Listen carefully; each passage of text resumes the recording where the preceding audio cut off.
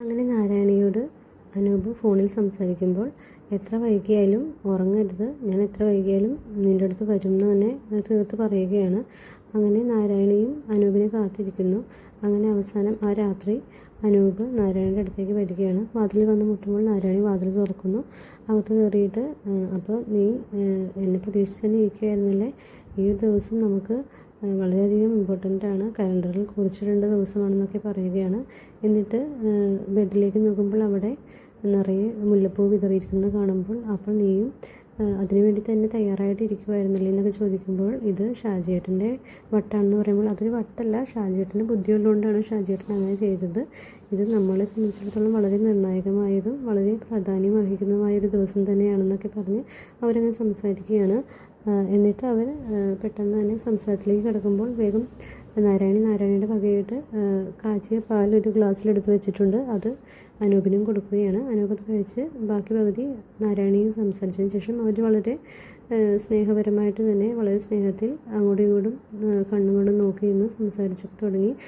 സ്നേഹത്തിലേക്ക് കടക്കുമ്പോഴേക്കും നമ്മുടെ അനൂപ് നാരായണിയെ കെട്ടിപ്പിടിച്ച് വളരെയധികം സ്നേഹം പ്രകടിപ്പിക്കുന്ന ടൈമിൽ പെട്ടെന്ന് തന്നെ നാരായണിയുടെ ഭാവം മാറുകയാണ്. നാരായണി പെട്ടെന്ന് എന്തൊക്കെയോ ഓർത്തെടുക്കുന്നുണ്ട്. അതായത് അനൂപും ശ്രദ്ധിക്കുന്നുണ്ട് നാരായണിക്ക് എന്തോ ഒരു ഭാവമാറ്റം വരുന്നുണ്ടെന്ന്. നാരായണി പെട്ടെന്ന് തന്നെ ആ കട്ടിലിൽ കിടന്നുകൊണ്ട് മറ്റു പലതും കാര്യങ്ങൾ ഓർത്തു പോവുകയാണ്. അതായത് തൻ്റെ അമ്മയുടെ അപമര്യാദയായിട്ട് തൻ്റെ അമ്മയെ കടന്നു പിടിച്ച് കീഴടക്കിയ ബാലഗോപാലൻ അമ്മാവൻ്റെ ആ കാര്യങ്ങൾ, ആ ദൃശ്യങ്ങൾ, അന്ന് സംഭവിച്ച കാര്യങ്ങളാണ് പെട്ടെന്ന് മനസ്സിലേക്ക് വരുന്നത്. പെട്ടെന്ന് തന്നെ നാരായണിയുടെ ഭാവം ആകെ മാറിയിട്ട് നാരായണിക്ക് നല്ല ദേഷ്യം വരികയാണ്. പെട്ടെന്ന് തന്നെ ചാടി എണീക്കുന്നു. അപ്പം നാരായണി ഇതെന്താ, എന്ത് പറ്റിയെന്നൊക്കെ ചോദിക്കുമ്പോഴേക്കും അനൂപിനെ അവൾ തിരിച്ചറിയുന്നില്ല. അപ്പോൾ നാരായണി എന്ന് പറഞ്ഞ് വിളിക്കുമ്പോൾ നാരായണിയോ, ഏത് നാരായണി എന്ന് പറഞ്ഞിട്ട് വളരെ ദേഷ്യത്തിൽ തന്നെ നാരായണി എന്ന ആളെ അല്ലാതെ മാറുകയാണ്. അതായത് ദേവി തൻ്റെ ശരീരത്തിൽ പ്രവേശിച്ചതെന്ന് നാരായണിക്ക് ഒരു പക്ഷെ മനസ്സിലാവുന്നില്ലായിരിക്കും. നാരായണി പക്ഷേ വളരെ ദേഷ്യത്തോടു കൂടി തന്നെ അനൂപിനെ ഉന്തി മാറ്റുകയാണ്, ഉന്തി എറിയുകയാണ്. നാരായണിയുടെ ഉന്തുകൊണ്ട് പലതവണ അനൂപ് വീണു പോകുന്നുണ്ട്. എന്നിട്ടും നാരായണി പുറകെ ചെല്ലുമ്പോൾ അനൂപിനോട് വളരെയധികം ദേഷ്യപ്പെടുകയാണ് നാരായണി. ഒരു പരിചയവും കാണിക്കുന്നില്ല. ഒപ്പം പെട്ടെന്ന് തന്നെ ഒരു ചിലങ്ക എടുത്ത് കാലിൽ കെട്ടുന്നുണ്ട്. എന്നിട്ട് തന്നെ കണ്ണാടിയിൽ പോയി നോക്കി പെട്ടെന്ന് തന്നെ ഒരു ഭയങ്കര ഒരു ഭാവമാറ്റം സംഭവിക്കുകയാണ്. ആ കണ്ണുകളിൽ തന്നെ ആ ഒരു വ്യത്യാസം കാണാൻ കഴിയും.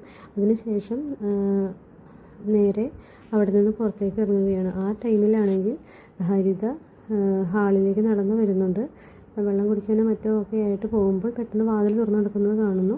അപ്പോൾ അങ്ങോട്ട് നോക്കുമ്പോഴേക്കും പെട്ടെന്ന് ചിലങ്കയുടെ ശബ്ദവും കേൾക്കുന്നുണ്ട്. അത് ആരാണെന്ന് നോക്കുമ്പോൾ നാരായണി അങ്ങനെ വന്ന് നിൽക്കുകയാണ്. അപ്പോൾ നീ എന്താ ഈ സമയത്ത് ഇവിടെ, നീ എന്താ ചിലങ്കയൊക്കെ കെട്ടിയിട്ടെന്ന് ചോദിക്കുമ്പോഴേക്കും പെട്ടെന്ന് തന്നെ നാരായണി പെട്ടെന്ന് തന്നെ അവളുടെ കഴുത്തിൽ കയറി പിടിക്കുകയാണ്. എന്നിട്ട് പറയുകയാണ്, നിനക്ക് നീ ഇവിടെ വിട്ട് പൊക്കൊള്ളണം, ഇത് നിൻ്റെ ലാസ്റ്റ്, ഇനി നിൻ്റെ അടുത്ത് സംസാരിക്കില്ല, ഇനി നീ ഇവിടെ ഉണ്ടാവില്ല, ഇനി എന്നെ ഇവിടെ കാണരുതെന്നൊക്കെ വളരെ കർക്കശമായിട്ട് വളരെ ശക്തമായ ഒരു സ്വരത്തോടു കൂടി തന്നെ തൻ്റെ മുഴുവൻ ബലവും പ്രയോഗിച്ച് വളരെ ശക്തമായിട്ട് തന്നെ, അതായത് ഒരു 3-4 പേർക്ക് തടഞ്ഞു നിൽക്കാൻ പോലും പറ്റാത്ത പോലത്തെ ഒരു ശക്തി ആർജിച്ച് തന്നെയാണ് ഹരിതയുടെ കഴുത്തിൽ ഞെക്കി പിടിക്കുന്നത്.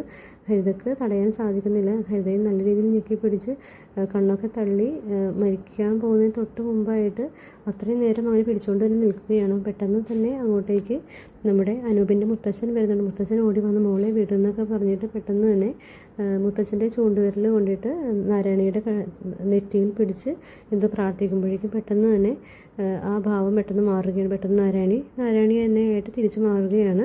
അപ്പോൾ ഞാൻ എന്താ ഇവിടെ, എനിക്കെന്താ എന്നൊക്കെ പറഞ്ഞിട്ട് നാരായണി സംസാരിക്കുന്നുണ്ട്. അപ്പോൾ ഹരിത ഇതൊക്കെ കേട്ടിട്ട് ആകെ ഞെട്ടി നിൽക്കുകയാണ്. ഇവൾക്ക് എന്താ സംഭവിച്ചത്, എന്താ ഇവൾ ഇങ്ങനെയൊക്കെ കാണിച്ചതെന്ന് ചോദിക്കുമ്പോൾ മോൾ ഇവിടെ നടന്നത് മറ്റാരോടും പറയരുത്, ഇവിടെ വന്നതുപോലും അറിഞ്ഞിട്ടില്ല, ഇവളുടെ മേത്ത് കയറിയ ആരോ ആണ് മോളെ ഇങ്ങനെ ഉപദ്രവിച്ചത്, മോൾ ഈ കാര്യം മറ്റാരോടും പറയരുതെന്നൊക്കെ പറഞ്ഞിട്ട് നാരായണിയെയും കൊണ്ട് മുത്തച്ഛൻ തിരിച്ച് നാരായണിയുടെ താമസിച്ചിരുന്ന ആ ഗസ്റ്റ് ഹൗസിലേക്ക് കൊണ്ടുപോവുകയാണ്.